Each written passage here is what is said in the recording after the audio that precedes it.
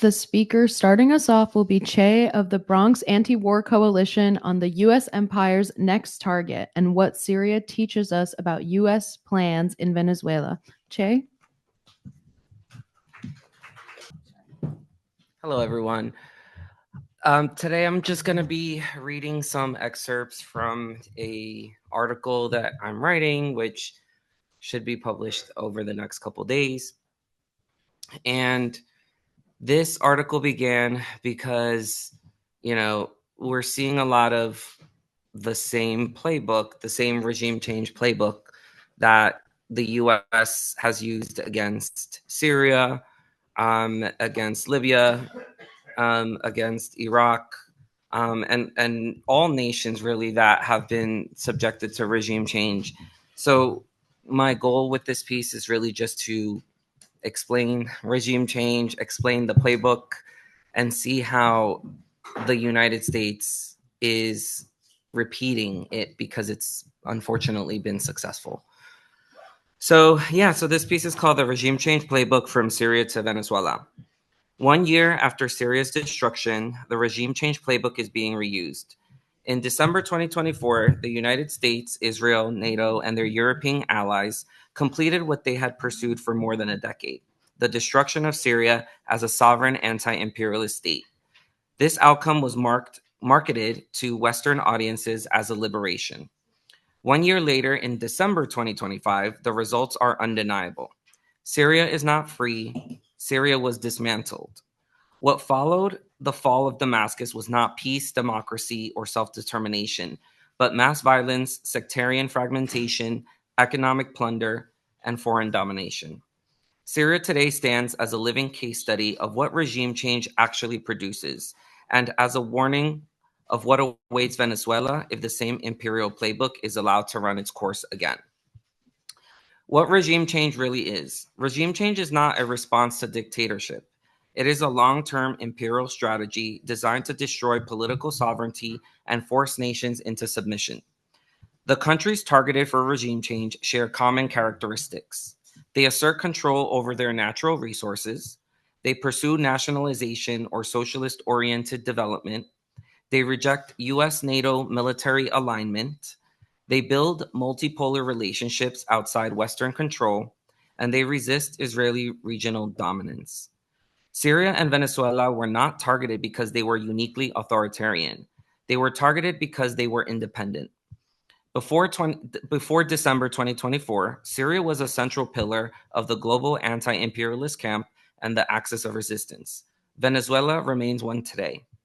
Regime change exists to replace governments that serve their people with governments that serve Western capital, Western militarism, and Western geopolitical interests.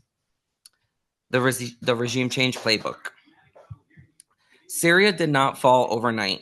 It fell through a multi-stage imperial process, the same process now clearly being deployed against Venezuela.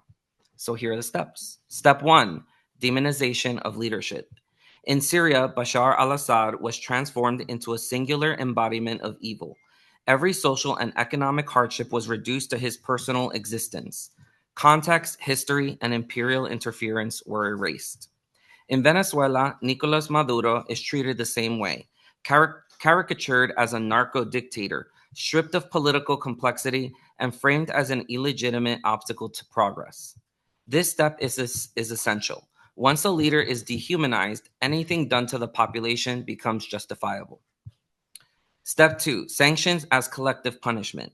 After demonization comes economic warfare.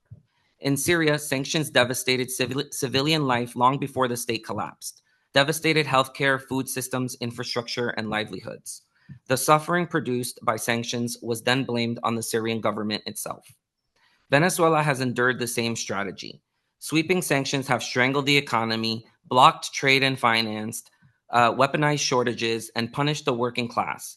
The misery they create is then cited as evidence that regime change is necessary. Sanctions are not diplomacy. They are siege warfare by economic means. Step 3, propaganda, atrocity narratives, and psychological warfare. Once sanctions weaken society, propaganda intensifies.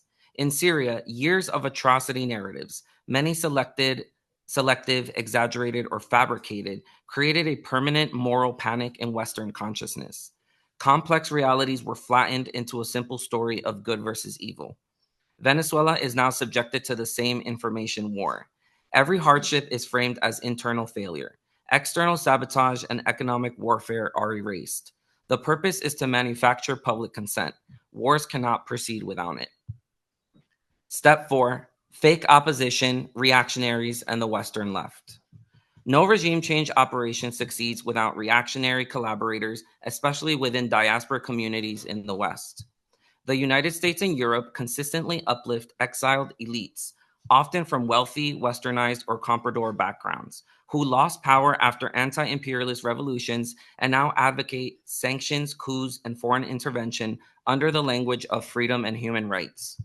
In Syria, the so-called opposition was ultimately embodied by figures like Ahmad al-Sharaa, or formerly as known as al-Jilani, and HTS, former Al-Qaeda and ISIS leadership rebranded as legitimate rulers. In Venezuela, this role has been played by figures like Juan Guaido and now Maria Corina Machado, unelected Western-aligned actors whose politics reflect U.S. corporate and geopolitical priorities, not the will of the Venezuelan masses. These figures function as imperial proxies, laundering regime change narrative through cultural familiarity. Identity is weaponized to obscure politics. The Western left is targeted for confusion, fragmentation, and paralysis. This is how Syria fell. This is how Venezuela is being targeted. Step 5, escalation toward open war. Sanctions and propaganda are not the end point, they are preparation. Syria's regime change war escalated over more than a decade, from information war to proxy conflict to full-scale destruction. The West waited patiently until conditions were favorable. Venezuela is now facing that same trajectory. I think I'm going to fast forward to the end because this is supposed to be an excerpt.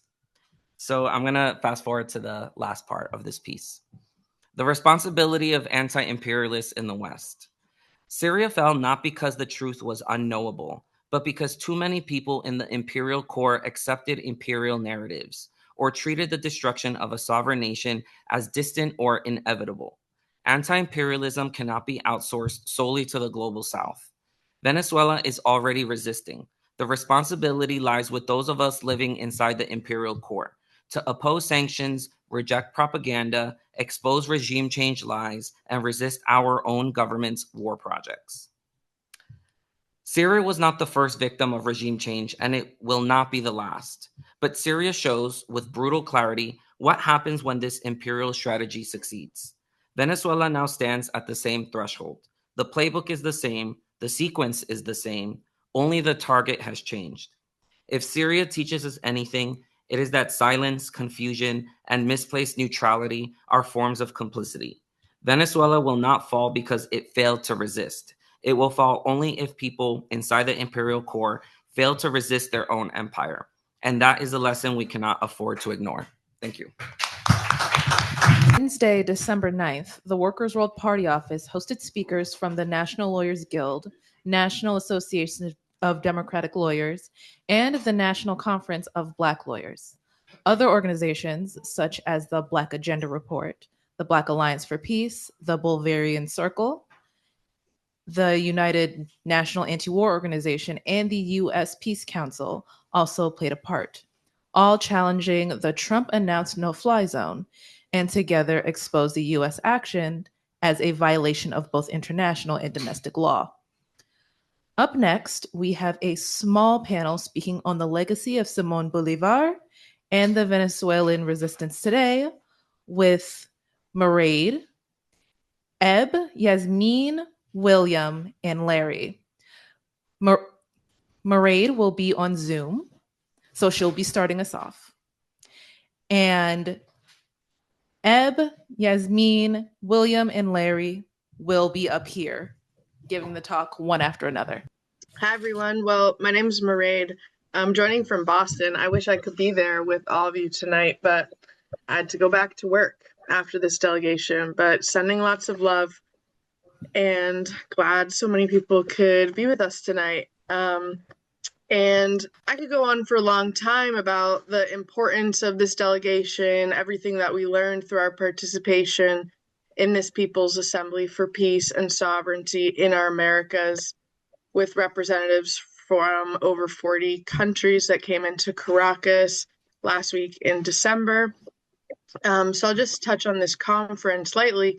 There were panelists from across the globe that highlighted the development of popular power in Venezuela, the resurgence of anti-colonialist resistance in Africa, ending the continued genocide against the Palestinian people, the role of the corporate media in propagating an information war against the socialist processes of the global South, and the need to amplify the voices of the youth generations and all generations to strengthen our movements.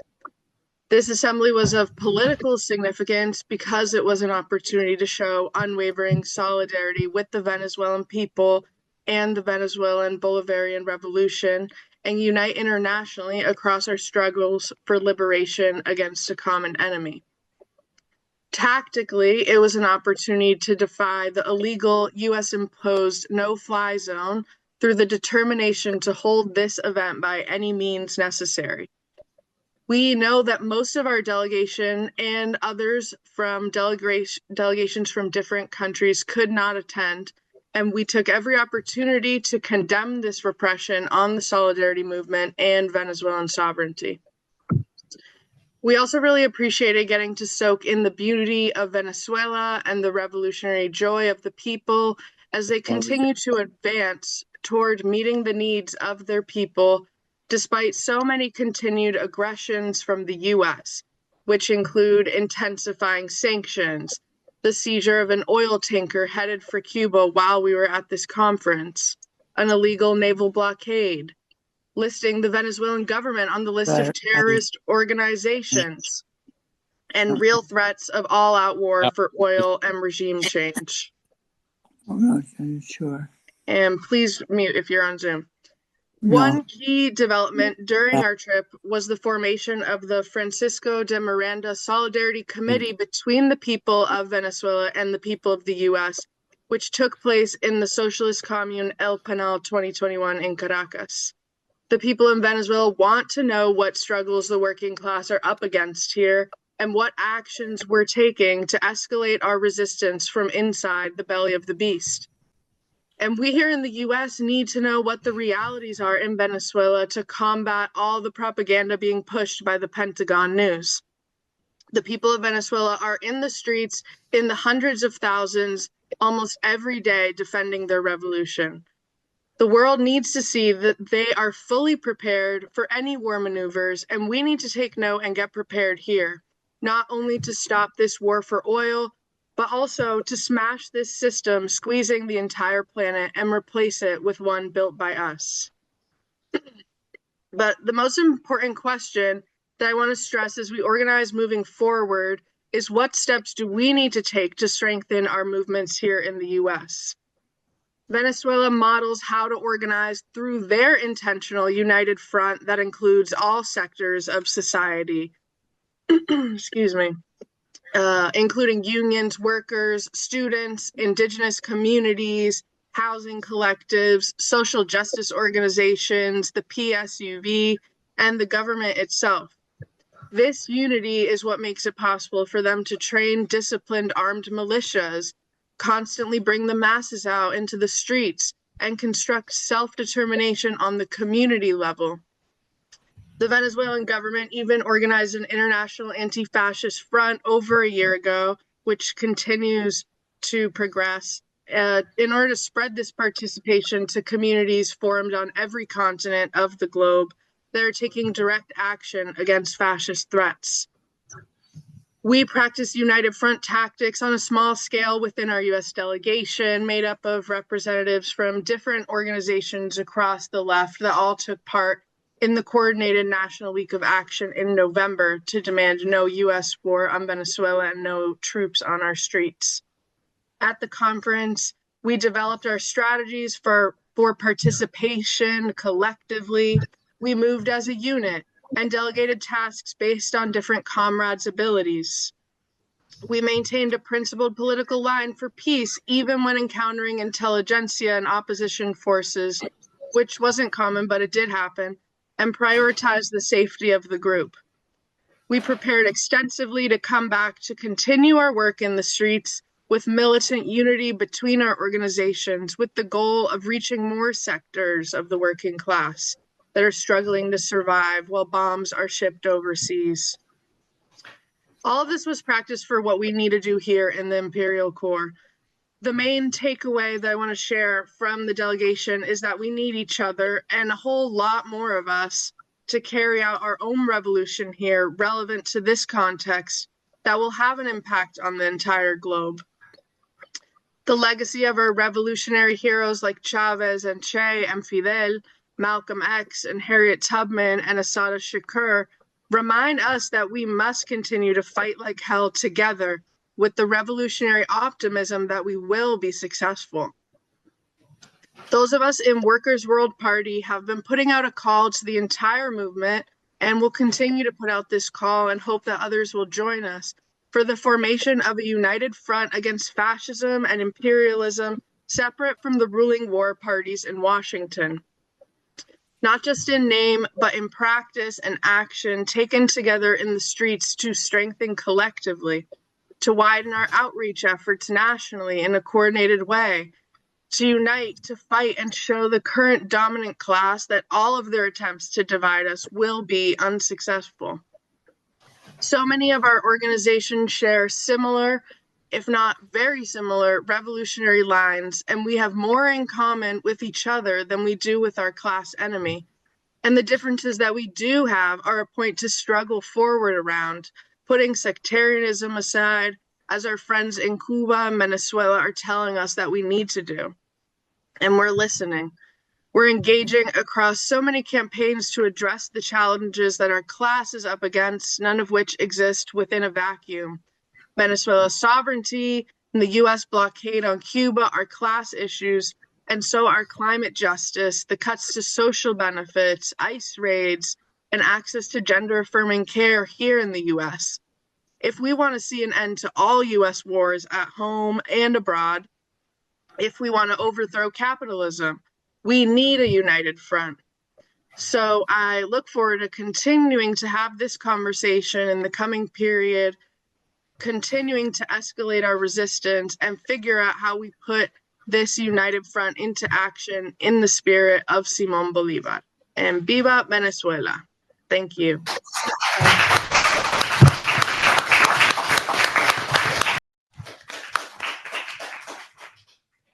I had the honor of joining Mairead and others on the U.S. delegation to the International Assembly for Peace and Sovereignty in the Americas, which took place in Caracas, Venezuela.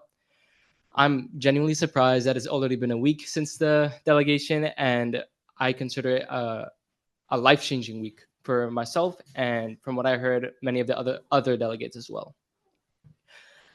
I believe a central contradiction that is playing out in Venezuela is the Venezuelan people's desire for peace, sovereignty, and their right to self-determination in opposition to U.S. imperialism, who wants to super exploitate Venezuelan land, labor, and resources, in particular oil and rare minerals. We see Trump say this time and time again, that he believes, that the U.S. ruling class believes that Venezuelan oil belongs to the U.S., not the Venezuelan people. And we know that's bullshit.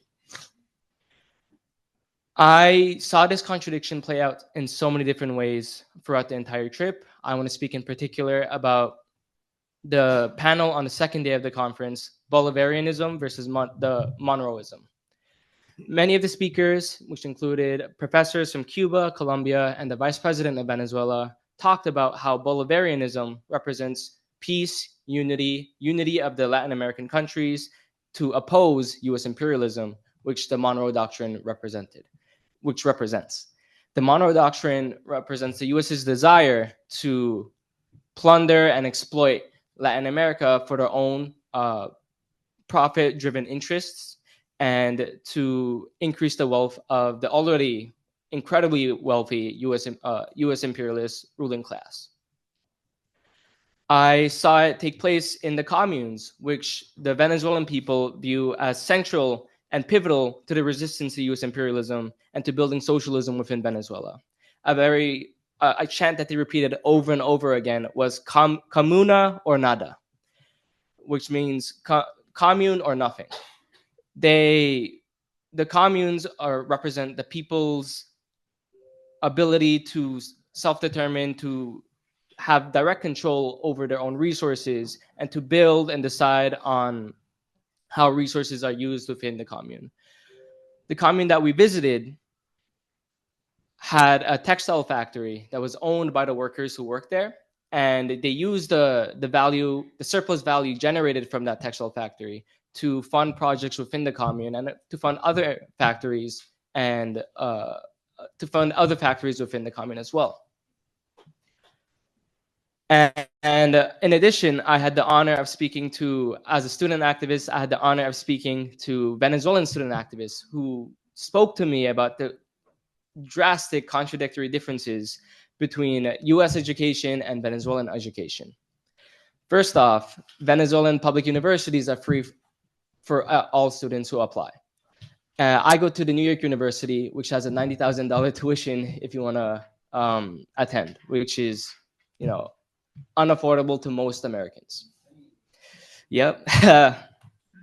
And not only that, there were differences in how the very universities are governed. Here in the United States, many of our universities are governed by a board of trustees who are unelected, who do not have to listen to the students and their desires. We see this play out time and time again, where students demand, that we divest from military companies who are funding and supplying weapons to Israel's genocide in Gaza, to Israel's occupation of Palestinian land. We see this time and time again, where students are demanding increased Black enrollment, more action to be done against ICE coming onto campuses. But in Venezuela, the students have a direct say in how their education is run. I remember how they talked about how their governing body of the university is elected by the students, by students who graduated, faculty members, and others. So they have much more of a say in how their education is run. And I think a really, in my opinion, crazy example was how students have to sign a contract with the faculty to agree to the syllabus and how classes are run. And if they don't agree, they get to protest and demand changes to the syllabus. We have no say in how our education is run here, which I thought was mind-blowing, honestly. And before the trip, I knew that our university education was undemocratic, but I had no knowledge of examples of a more democratic form of education until I spoke with the Venezuelan student activists there. And another thing I want to speak to that also represents that central contradiction is the vast differences between Maduro and Trump. I had the honor of seeing Maduro and the disprivilege of seeing Trump.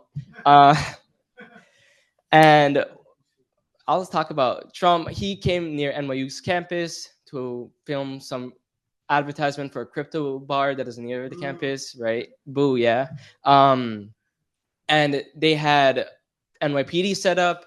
They had the National Guard. They had Department of Homeland Security. All the federal agencies set up, preventing people from coming towards Trump to talk to him. Had sniper rifles pointed at the crowd, and also sniper rifles set up throughout the area to, watch the crowd, to control the crowd, essentially. And the people who were there, they were protesting Trump, or were just curious about, Trump being there.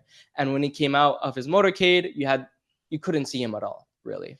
But it was completely different compared to Maduro, who was walking amongst the people, who people were able to come up to and talk to him. And there's so many examples of him being such a people's leader, where, he did not hesitate to talk to people. For example, he talked to one of the US delegates who was there, I think John Parker. And I thought it was a very hilarious action where, he handed him the mic. John Parker says that the US people stand with the people of Venezuela against, US imperialism. And he starts singing his little song of la, la, la, la, la, la, la. Yes, peace, no war. And, I thought it was, I love how down to earth he is as a person. And it's anecdotal, but it just represents how vastly different Trump and Maduro are. That Maduro is a people's president, that he represents the interests of the people of Venezuela. Trump, he does not represent our interests. He is not our leader. He's a representative of the U.S. ruling class. And I just want to end off my speech by talking about our goal as organizers here, as Mairead said, is to build a big, broad, united front, a big, broad movement to oppose the U.S. Trump's crazy war with Venezuela, to dismantle all of the U.S.'s lies about Venezuela, from the drug cartels to Machado to Maduro being a dictatorship. We know that this isn't a war for democracy, to free the Venezuelan people. This is a war to take control of Venezuela, to exploit Venezuelan oil, rare minerals, and other resources for the profit of U.S. imperialists. And we have to center the fact that our struggles here in the United States and the struggle of the Venezuelan people are against the same common enemy, against U.S. imperialism. And I just want to end off by saying, if there's any regime that needs to be overthrown, it's Trump and the monopolist capitalist class who he represents. Am I allowed to do a little chant, or am I allowed to do a little chant? Okay. Viva Venezuela! Viva! Viva Chavez! Viva! Viva Bolivar! Viva! Viva Maduro! Viva! Thank you.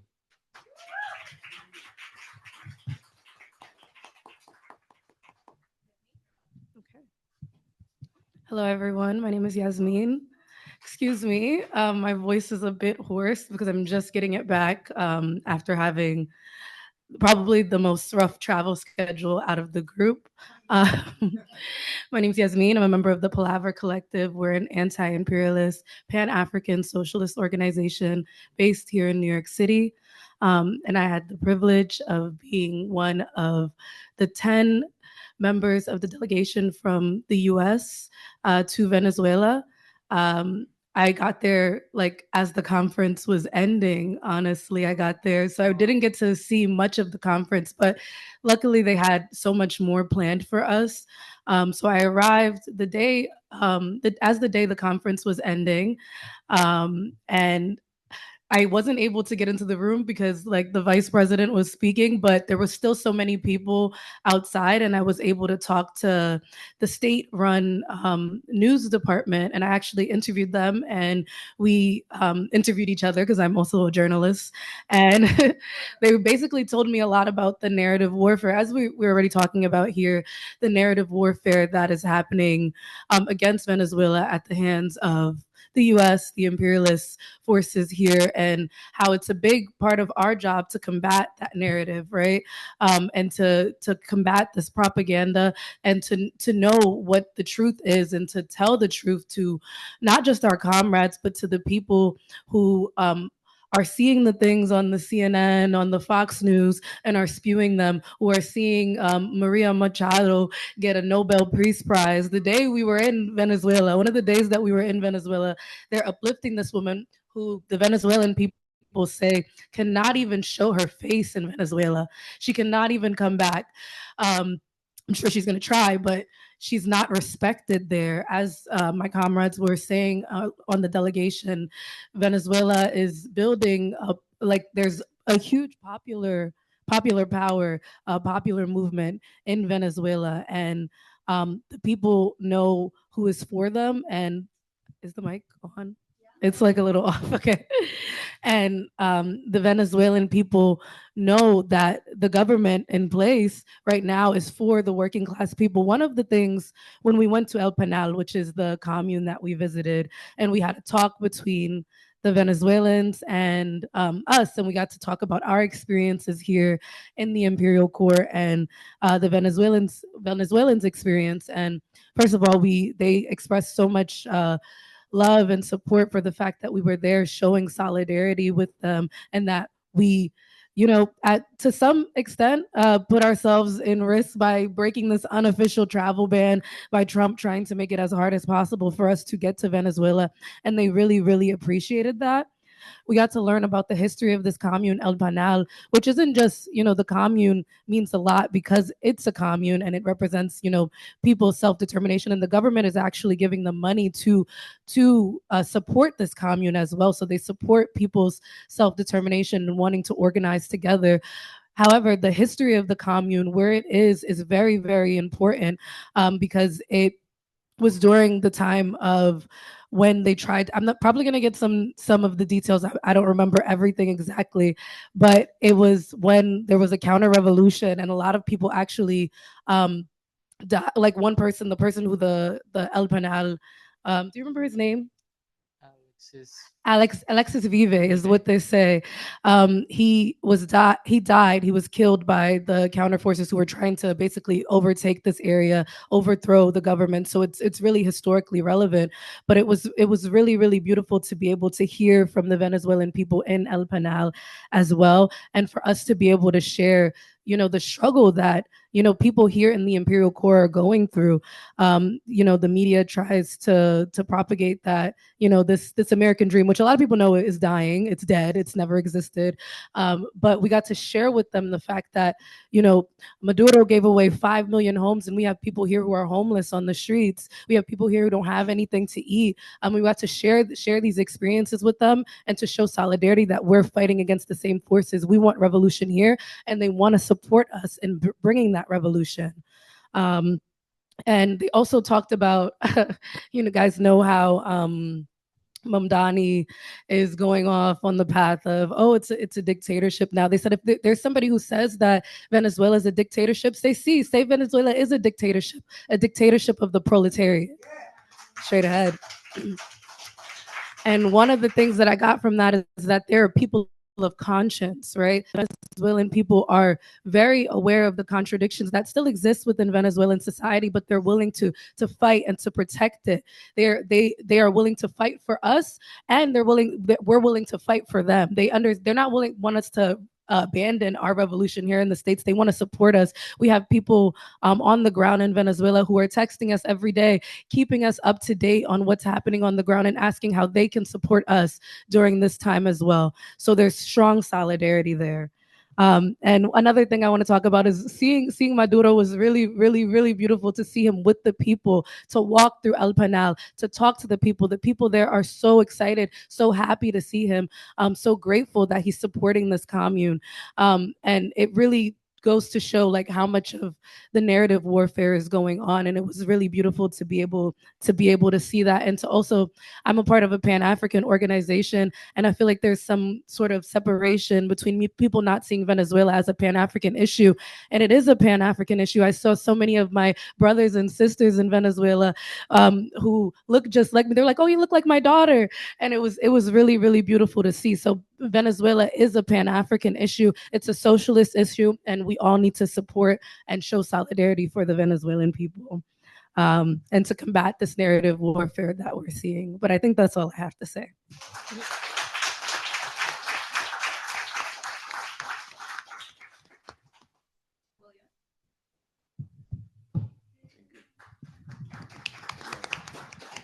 Well, I think that you went to el 23 de enero. Yeah, that's the January 23 in Caracas, Venezuela. Basically, I want to mention that Julio Borges, that is part of the opposition, basically, he, together with Maria Corina Machado, who is now recipient of the Nobel Peace Prize, they make a list of places that could be or should be bombed by United States, and that's one of the places that they have said to the State Department that should be bombed because those people support Maduro and they are very close to the presidential office. The excuse to do it because they said basically they will immediately will be defending Maduro, and you need to neutralize them. That is something that we should know. The other issue that really is very interesting what's going on, and it's very impressive the hate that's coming from the Trump administration toward Venezuela. to the Venezuelan revolution. I never have seen something like that. A president of the United States talking about Venezuela and the oil industry that is owned by him, by owned by United States, by the even the land and all the access that are there belong to us. I never have seen something like that.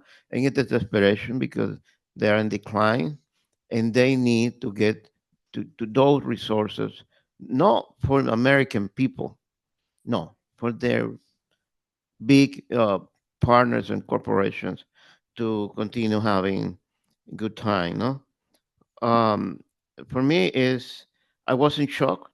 I was really I so surprised to see this man talking in that way.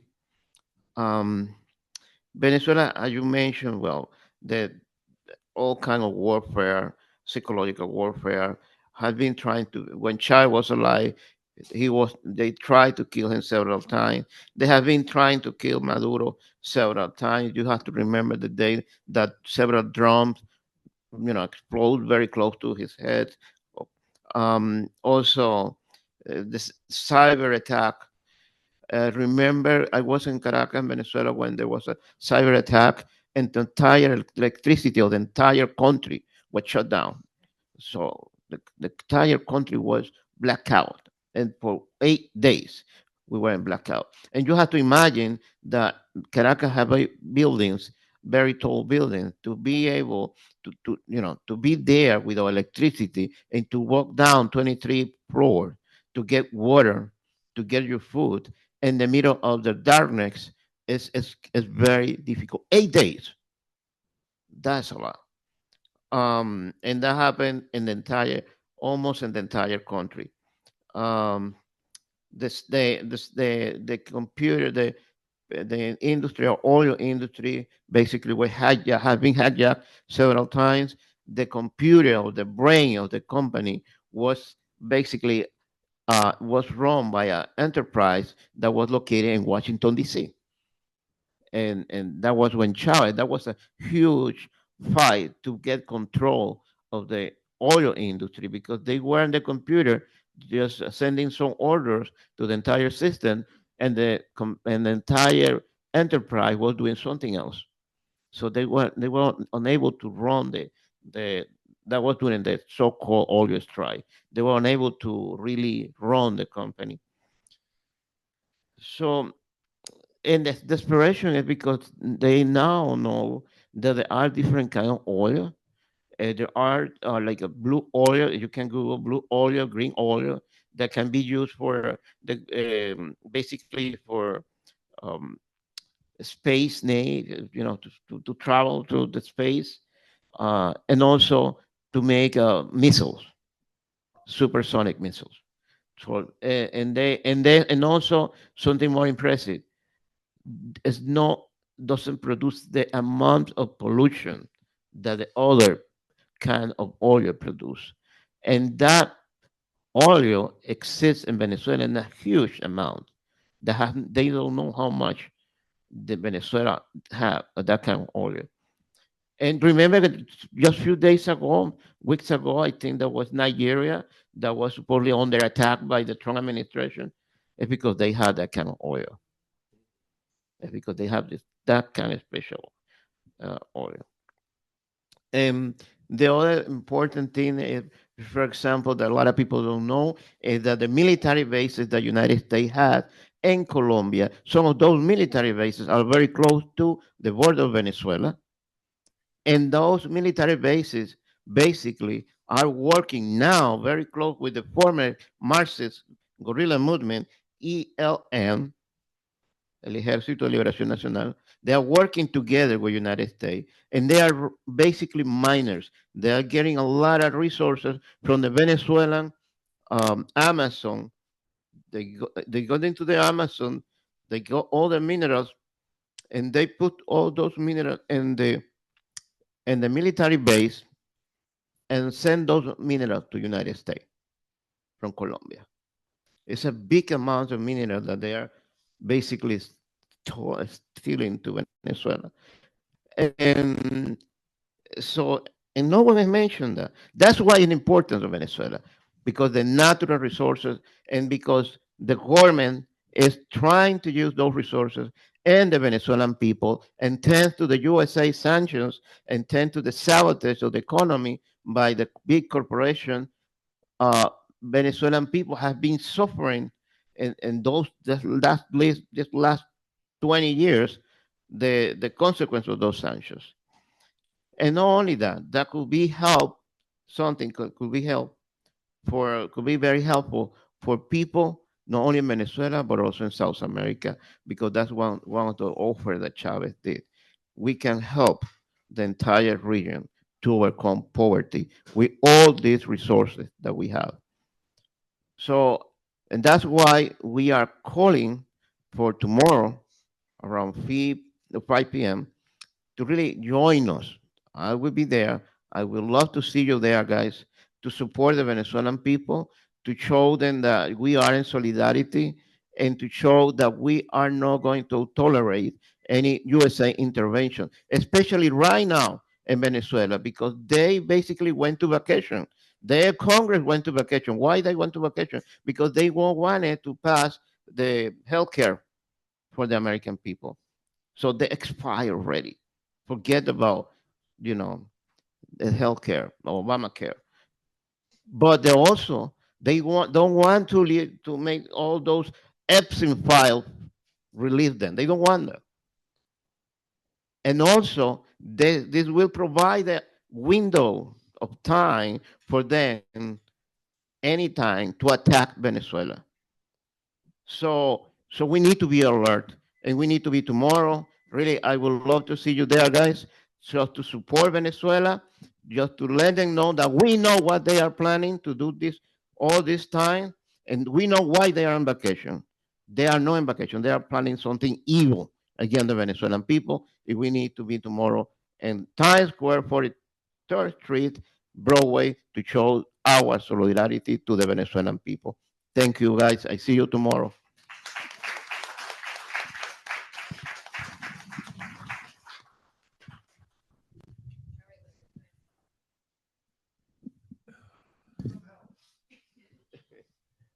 Yeah, in terms of tomorrow, those of you who are on social media, doesn't matter what reach you have, get something out, share what's going around for Times Square tomorrow. I mean, even something that just says no war on Venezuela, 5 o'clock, you know, uh, make it as strong and as strong a reaction to what's happened over the past few days. Comrades, we have our work cut out for us. I'm not telling you something that you don't already know.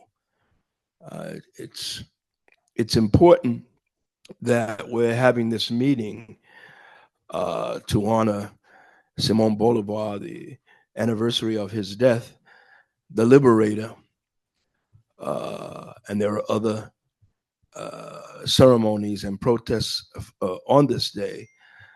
But we need to be very clear. This is not just against Venezuela. This is against the entire hemisphere. Cuba's in, the crosshairs, but it's also against the world, because the world is changing, and is changing in a way that is not good for U.S. empire and hegemony. It affects China, it affects Russia, Europe, Africa, the whole world. People ask, what is China doing? What is Russia doing? It's a complex question. China and Russia, or for that matter, Iran, or the DPRK, or Cuba, they don't want to get into a direct military war with the U.S. And we understand that completely. However, this is the truth. It is not in the interest of these countries and of the rest of the world that is on the right side of history. It's not in their interest to allow this crazy, dying, wild beast of U.S. imperialism to just go out stomping on people, sending armada places. It's not in their interest. And so everyone who is part of that resistance, wherever they are on the planet, they've got to figure out what they're going to do, and they can't just do nothing. So this is a worldwide. Immediately, it's regional, but it's a worldwide struggle, comrades. And the silver lining, perhaps, maybe we shouldn't talk about silver linings when you have all these warships and in the Caribbean and the Pacific, is that there is a strong likelihood, certainly we hope, but it's more than hope, that if the U.S. continues with this wild war adventure, that it will blow up in their face. It will blow up in their face and perhaps turn into the biggest defeat that they've suffered in a while. This is all speculative. We don't know what comes next. Bombing, land invasion. We do know the war is on when you have a military economic blockade of a country. That is no longer harassment. That's no longer threats. That's a declaration of war. And it's just a matter of what is the next steps. Part of the regional and global dimension of this war, this conflict, is that we're used to talking about the axis of resistance in the Middle East and in Western Asia, which still is intact in spite of the blows. But the axis of resistance is global, and it's all interconnected from Western Asia to Africa, and there's an immediate axis of resistance in relationship to Venezuela. I don't know if this is absolutely sure. Maybe comrades can, verify it. But Cuba and Venezuela have closed their airspace to the U.S. I heard that Iran has, and not only are these countries directly participating in, tracking down U.S. warplanes and preparing to defend against them, but of course, Russia and China are also participating in this. And that's important, and everybody knows it. And this again highlights the fact that it's a global conflict. It's a global war. But comrades, the bottom line for us in the belly of the beast, is that we can't just rely on other countries. Their role is very important. Hopefully their role will be decisive in defeating the US, but we can't depend on other countries, especially here. Location. This is the epicenter of global imperialism, and this is the hemisphere, the Western Hemisphere. It is not thousands of miles away, it's hundreds of miles away. And this directly affects the working class here. And we've got to put our heads together, and not tomorrow, ASAP, and figure out how to forge a strategy a broad strategy, multifaceted strategy against this to stop it. We got to try different things. Our tactics don't have to be the same. They can be diverse. They can include disruptions, militant disruptions, certainly anti-imperialist forces, such as, us gathered here today, both on the podium and in the audience and on Zoom. We have to come together in a sense separately, because we are anti-imperialist revolutionaries and we support the resistance and we support the Bolivarian Revolution. But then there's the question of how you broaden it. We need to broaden this. It is it's not easy. There are no U.S. troops on the ground, so to speak, as of yet. That tends to change the potential of an anti-war movement. I think a big challenge for us is the reality that the war on migrant workers, the repression, has made it immensely more difficult for millions of people, millions of migrants, including a lot of Black and brown people, to come out. And, if you think about it, is this not part of the strategy of the war on migrant workers? It's complicated. There are any number of reasons, but one of them is to limit the ability of these workers to fight by terror. And, to another extent, not as much, there are a lot of people who would come out, but, they're concerned about repression. So we've got to find a way to push back on that.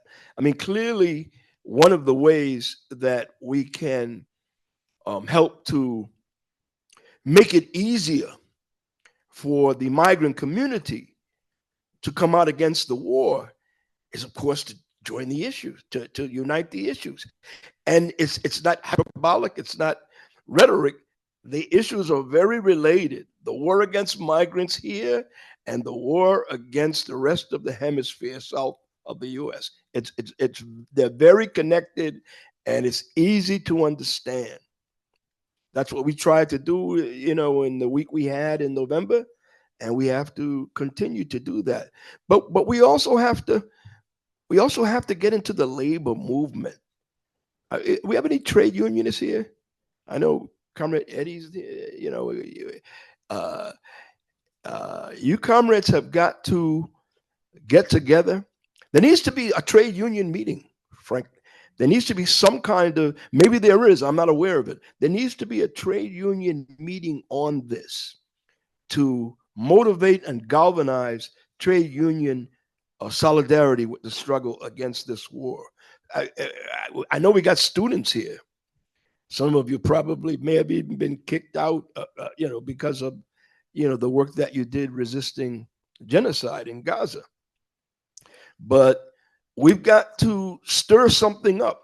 We've got to stir something up on campus. We've got to, in solidarity with the rest of the world, the global axis of resistance, and particularly now in this hemisphere, we've got to make this war adventure, this desperate save empire war adventure, we've got to make them pay for it. It's a mistake, it's desperate, and we have to make them pay for it. And we have to make sure that it hurts them in a way that they won't forget and won't recover from. It's a tall order, comrades. It's a tall order. But I think that's our revolutionary duty. So let this be the beginning of us interacting and collaborating and planning over the next few days, tomorrow, the next few weeks, and early into 2026. This could have, however things develop, this could have an impact on the struggle here, on other issues, whether it's against the health care cuts, or whether it's the anti-union, or of course the war against migrant workers. This will affect all struggles. This will catalyze it, and I'm not just talking about make the government more fascist and more racist and more repressive. I'm talking about generating resistance, and it's up to us. It's our duty to see the opportunity to turn this war abroad into a war at home. Thank you.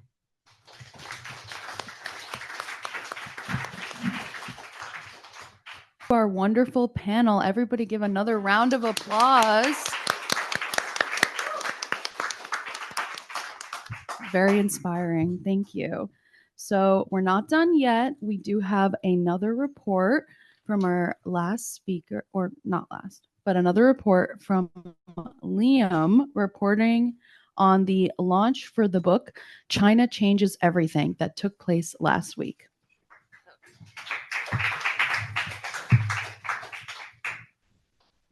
Hi, thank you.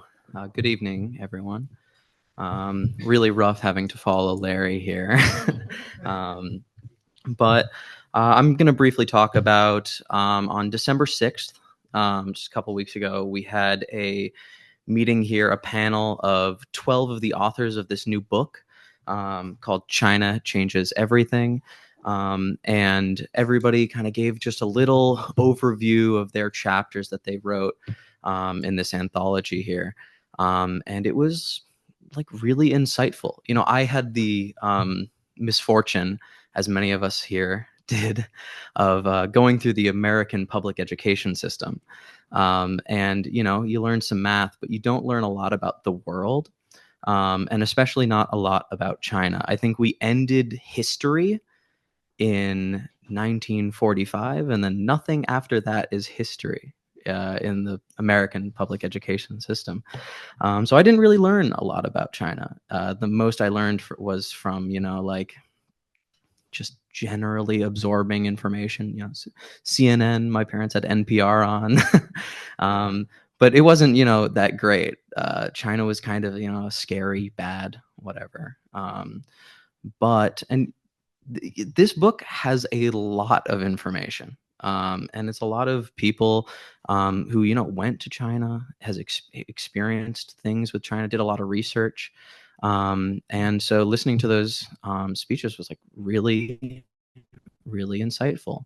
I think we had almost 50 people in attendance in this very room. We had people actually standing outside because they couldn't quite fit. We ran out of seats really quickly. And the energy was just like, it was really good. We had 2 of the Chinese consulate members here as well. And we talked briefly after, and they were like, this is really important. In America, we do not like China. And so doing anything at all to try to change people's perception of China can be very good, so that's kind of what this book seeks to do. For $10 to $15 donation, we have the books right over there if you'd like to pick up a copy. Actually, just last night, I went out with a friend who I hadn't seen in a while, and this friend, they're trying to go for a PhD in biology, talking about the environment, and not very politically oriented. But if you learn more about science, you learn more and more that the policy that that the people in our government are putting through are really bad, really, really very bad. Drill baby drill is our most recent policy on oil, and also just invading a full other country to take oil. Not amazing. And this book like even touches on like environmentalism. China, we have been taught that China like overproduces and pollutes the world, but they've changed a lot recently. And there's some really, really good chapters into how that happens, how China is working now, in the past, and especially in the future to change everything. But yeah, that's all I've got. We've got copies of the book right over there. Again, $10 to $15. We're trying to get it out there. More than anything else, we're trying to get it to as many people as possible, because we are trying to eventually change the American perspective on China, because it's not good, the American perspective. And the more people who see this book, just read one chapter, the more people will start to question the American mode. And hopefully that can aid in our path to change the world. Thank you.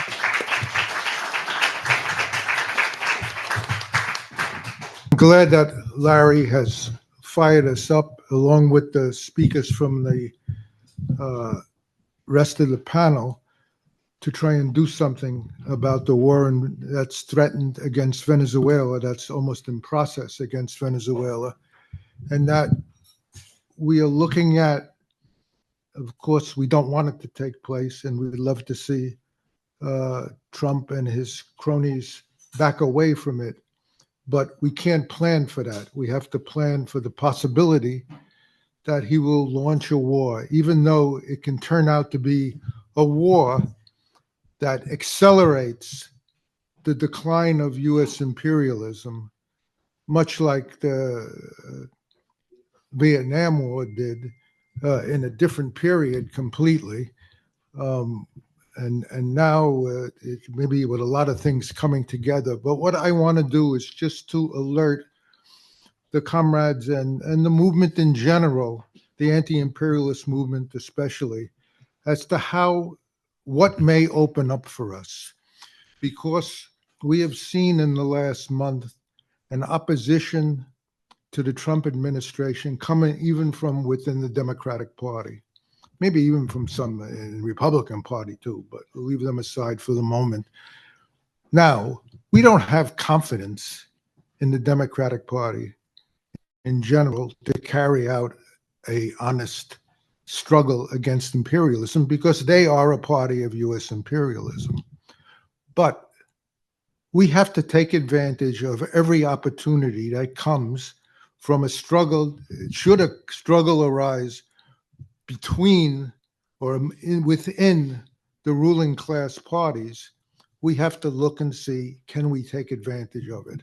And I think this particular one that was raised in the last month is one that has a great possibility for that. Because where it was raised in a sharp way that we had never seen, really we haven't seen before. Not that they did anything wild, or was 6 members of Congress, all of whom had been part of the imperialist state apparatus, either as in the military. Most of them were officers who were in the military, and a couple were officials in the Central Intelligence Agency. And they put out a video that more or less told all the soldiers and the sailors, etc., in the U.S. military that if you get an illegal order, you have the right to disobey it. In fact, you have the duty to disobey it. And this made a big splash, and Trump called them treasonous, or they were guilty of sedition, etc. And it opened up, and it did get the news out to all the troops, including the troops that are in the Caribbean, and not to mention the National Guard that might be sent to the U.S. cities, that what they are doing may be a war crime, and they cannot defend themselves in court if they are charged with a war crime by saying, I was only following orders. That's what they told him. That's what legal people told him. So this, maybe it won't go anywhere, but maybe it gives an opportunity. It certainly gives an opportunity to mobilize against the war. This is an illegal war. It's obvious now that the whole business about drugs and stuff like that is just complete bullshit. I mean, he takes the head of a drug cartel who was convicted in the U.S. court, I think, and serving a sentence in jail, and pardons him at the same time that he says he's carrying it. What is he? Now, this is a problem for the other elements in the ruling class, because they're thinking Trump is a jerk. I mean, he doesn't, not about Trump. Hegseth is, what makes him competent for anything? They don't believe that he's carrying out a good policy. Now, who has a better policy from their point of view? A policy for running the imperialist establishment and regaining whatever they've lost to China in the past 30 years and stuff. They have a real fight amongst themselves. And if they have a real fight amongst themselves, we better find a way to take advantage of it. And that's what I want to keep it up. And because my own strongest political experience was during the Vietnam War, organizing within the military. We tried to organize a union within the military, and we had a lot of success in organizing anti-war activity within the military, in their own organization, to break the chain of command by establishing an organization of the rank and file troops. And since that was such an important experience for me, like I guess for a lot of people today would be the fight against the genocide in Gaza or, similar struggles like that. I can't help it. Whenever this new wars come up, I keep thinking, how can we organize the military? Can we organize the military? Can we organize a professional military? Can we make an appeal to them? That's something I think to be seen. But we're not going to do it if we don't try. So that's what I want to get a message across to the whole movement. Look for a way to try to do this. That's one thing. And other is to know that there is a clash, because there's big differences in tactics as to what will succeed. And who was it? It was William who said he couldn't believe how Trump. I can understand that. He can't. He just says. He says, forget about all that stuff about the drugs. I want to seize their oil. That's our oil. They took it from us. They took it from us because while we were exploiting them, we built a couple of things down there, and they took it. I mean, it's like you almost missed the hypocrisy, because it's like, can he be that blatant and get away with it? No, we want him not to get away with it. We want, as Larry said, they should be punished for this. They should not get away with this. They should not get away with it. And let me tell you, there's nothing that would hurt them more than losing control of their army because of the the soldiers are rebellious. So that's a big thing. If that does happen, it can lead to going much beyond just stopping the war. I mean, it would be horrible for the people of Venezuela if they launch an actual war. But if they do, it also is a situation that would be criminal if we did not find a way to, if it's treason, let's make the best of it. I wanted to start with a point that came up in the discussion, that really wars accelerate every process, especially decline. And we should take note of that. There's real crisis brewing. Now, it's great tonight that for Mairead, for Yasmin, for Ebe, three of the folks who were able to go to Venezuela, and that they could come and describe and be part of this conversation tonight. But I want to say something about the whole the national delegation that was gathered to go to Venezuela. with the slogan, "No War on Venezuela" campaign. And it was based on the organizing that had gone on before that for actions, 100 different actions nationally. We gathered a group of 50 some people who they had visas, they had gone through a whole process, they had met with their organizations. So it was 9, or was it 10 who finally, 10 whose tickets did come through. But see, this is what the no-fly zone means. There are thousands of flights into Venezuela every day, and shutting down every major carrier and turning off GPS so that really dangerous things were happening in the skies.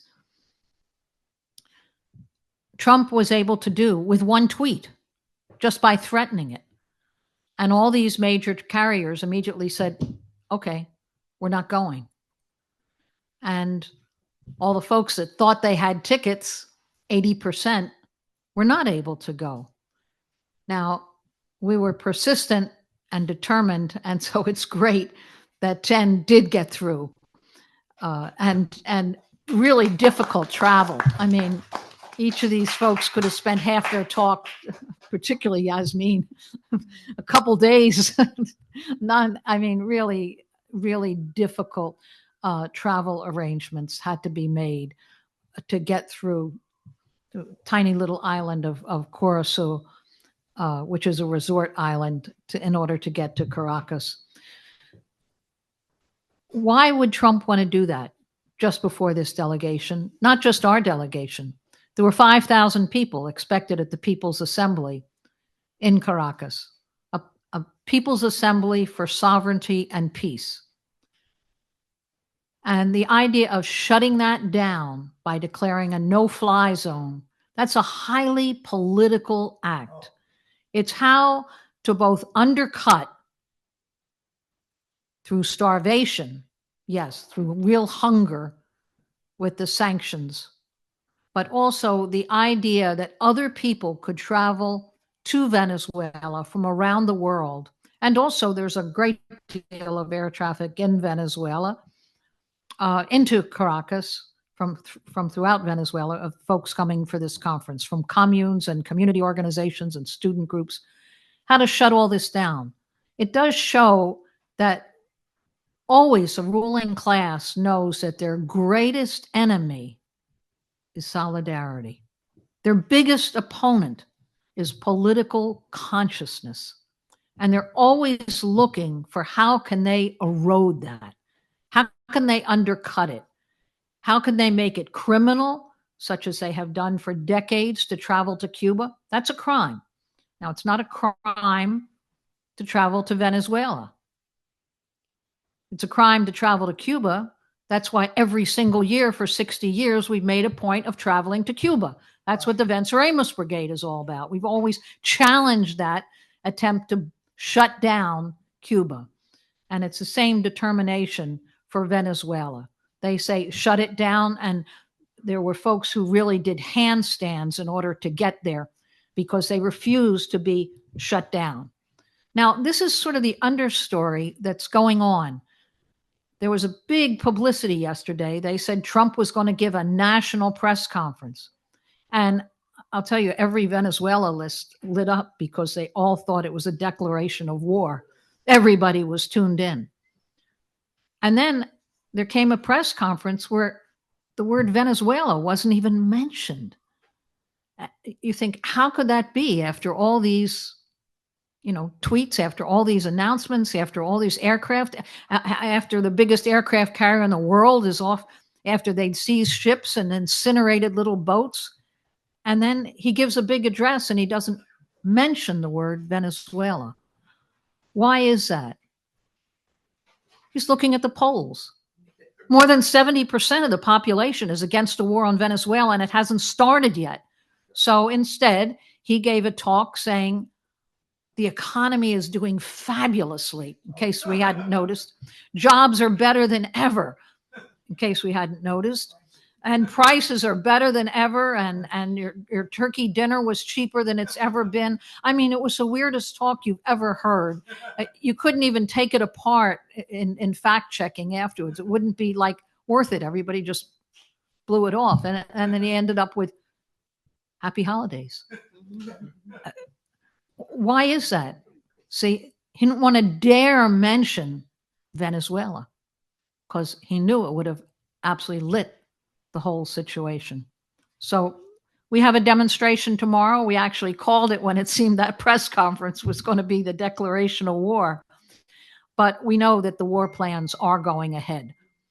And with 70% of the population already against, look what the demonstrations for Palestine did, where the overwhelming majority of the population in the US a couple of years ago had either no view or a very unfavorable view of Palestine.